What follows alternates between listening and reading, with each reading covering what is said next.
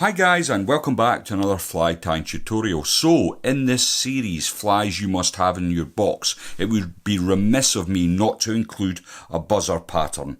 Now this is one that goes back decades actually, the Greyboy Buzzer. Now I use a number of different buzzers and I think it's very wise to have a selection in your box, but in recent times I've mostly just tied on Vickers buzzers. They seem to do a job and they've done well, but this early season I have been fishing a lot of quill buzzers, which got me thinking about the Greyboy Buzzer. So, without further ado, let's get into it. The hook and device is a Hanak H200 barbless hook. This one's at size 10, it's finished in black nickel and it's on a heavy wire. Now the thread I'm going to be using today is from UTC. As you can see, it's at 70 denier and it's black. So first thing I want to do is get a small amount of thread onto my shank. Now you'll note I've not used any super glue or wax on this occasion, and the reason for that is I'm going to varnish this fly completely, so I'm not going to get any body rotation, which is the main reason we use glue and wax. Now the first thing I want to do is tie in my wire rib, and I'm using some Simplify 0.2mm red wire. And I have a piece off here that I've been working away with. I'm going to catch that in the total length of the fly, because I want to try and keep the body kind of uniformal at this point. So I'm using the wire just to pull my thread down so I get nice touching turns, and then I can come up in open turns back to the thorax area. Now the next thing I'm going to do is I'm going to use some white flexi floss, which I've got on a reel here. Please don't ask where this came from, I've no idea. I suspect Hobbycraft actually, a reel this size, but I've had it for years and I'm only just starting to see the bottom of it. So I've got a bit of flexi floss ready to tie in, and what I want to do is just catch in the tip of the flexi floss in the thorax area, and once I'm convinced I've got enough wraps as to hold this, I'm really going to get a bit of pressure on it and start to come up the body. Again, as I did with the wire, I'm going to try and use the flexi floss to just get nice touch and turns onto the shank. I'm not going to lose any sleep if I miss a couple of little bits, because my thread will be coming back up towards the thorax area. Now I want to come quite far back on this. Now the size 10 Hanak hook is fairly small in comparison to the Kamazan hooks we used to tie on back in the day.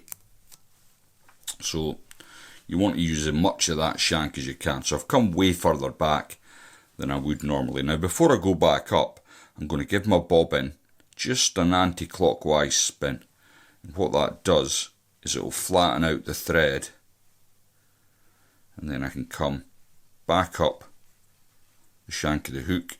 Any little bits that I missed on the way down will be covered up,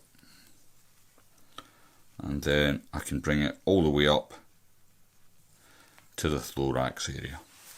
Now, the next thing we've got to do is bring our flexi floss back. Now, if you watched the tutorial last week, you'll have seen I did a cormorant, and the body's exactly the same, more or less.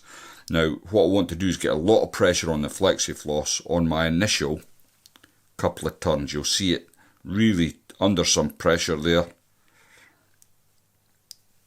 And once I've got the first two turns onto the fly, I'm going to start easing up on the flexi floss. And what this does is creates a taper in the body of this fly. Now the Greyboy, I don't know who I can give credit to for the fly, but it has been an absolute killer for many years, and a lot of guys still use it to great effect. So the last turns virtually, there's no tension on the thread really. Then once I'm at the thorax, I can trap that into place. I was going to say into space there, but it's into place, like so. And then I'll get a couple of turns in front of the flexi, and then I can come in with my scissors and take that away. Now, for the next part, I'm going to bring this wire rib up here, but before I do that, I'm going to use the rotary function on my vise. It just makes the whole process a little easier. So I'll just get several extra turns in front, and I can grab my wire rib, and then I want to just bring it. And the reason I'm using the rotary function is, well, because I have it. Sorry, I'm not flexing because you might not have a rotary vise, but if you have got one, it just makes it easier. I can see exactly where my wire's lying, and I want it to lie right alongside the flexi floss. I don't want it crisscrossing across it or sitting right in the middle of the black space that I've left. I want it just riding up beside it like so. And that's looking not too bad. It's not perfect, mind, but it's not too bad.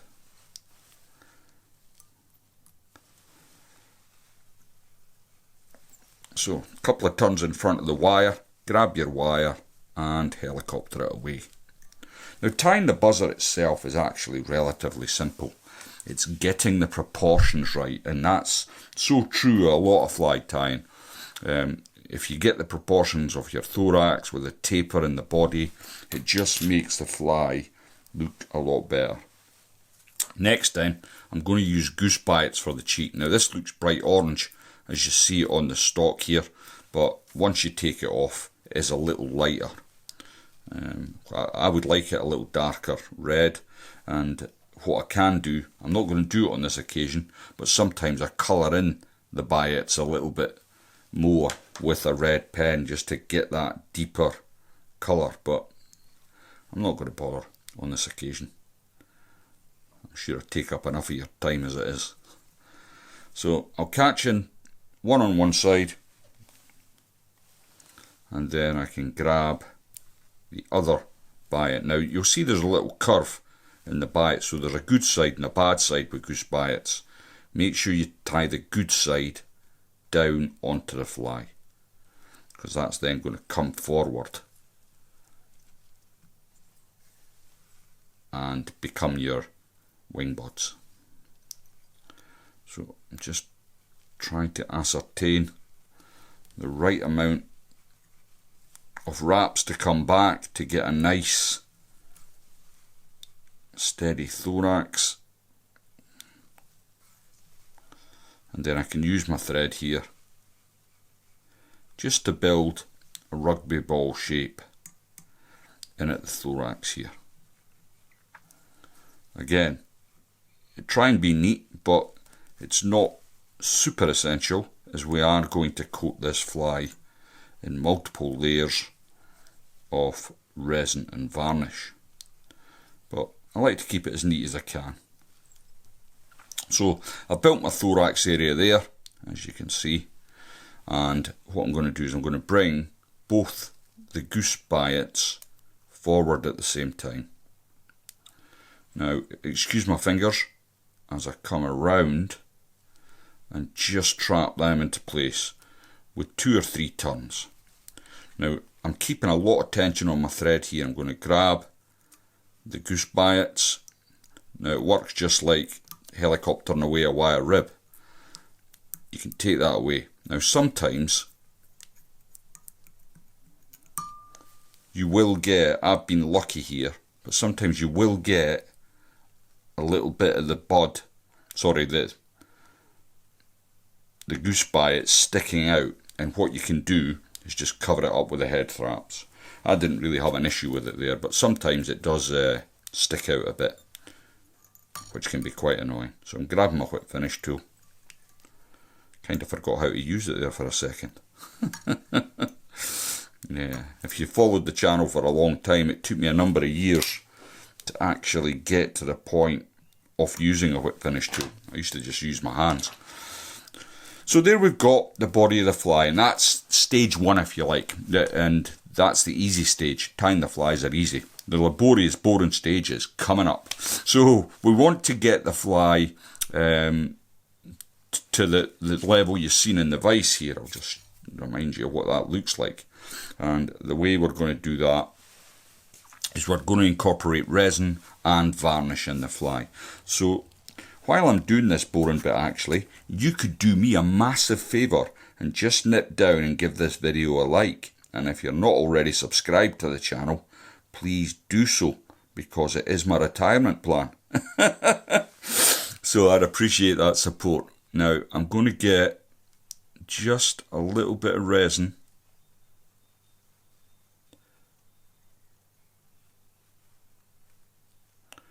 onto the fly, and I'm going to work this round with my brush.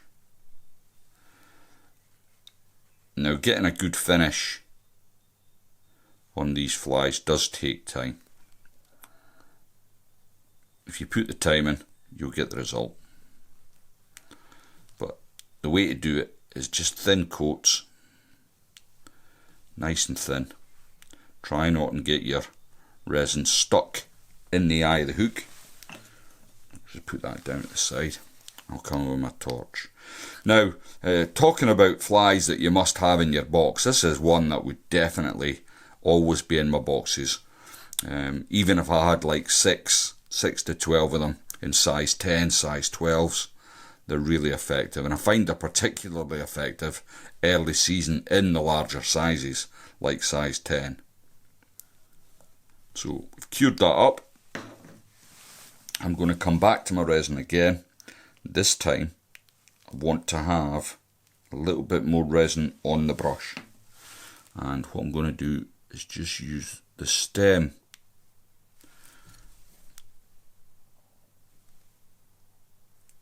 where all the resin's collected there on the stem. I'm going to try and start shaping the buzzer a little bit.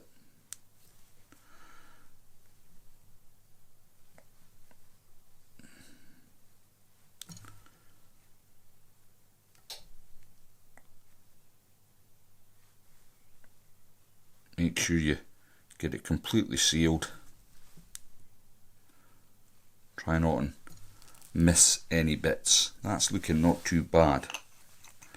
So, how would I fish the Greyboy Buzzer? Well, it's a great fly for straight lining. I really like it, especially on a straight hook like this.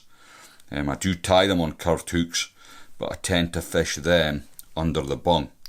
So I'm just going to bring in my torch now that I've given the resin a chance to spread around the fly, and cure that off. Yeah, I tend to fish four buzzers when I'm straight lining. So I'll have a 22-foot leader. The point fly will inevitably be a 10, something a little bit heavier, to get good turnover on your cast, which is key when you're buzzer fishing, because a lot of your fish will come on what they call the drop, which is once you've initially cast the flies out, you've straightened out your leader and you've got in touch with your flies. The flies slowly sink down through the water column, and that's often where many of the takes will come. Now, to finish the fly off, I always use the Sally Hansen's. Just one coat of varnish, very thin coat I might add. So I'm just taking my time to get the varnish away.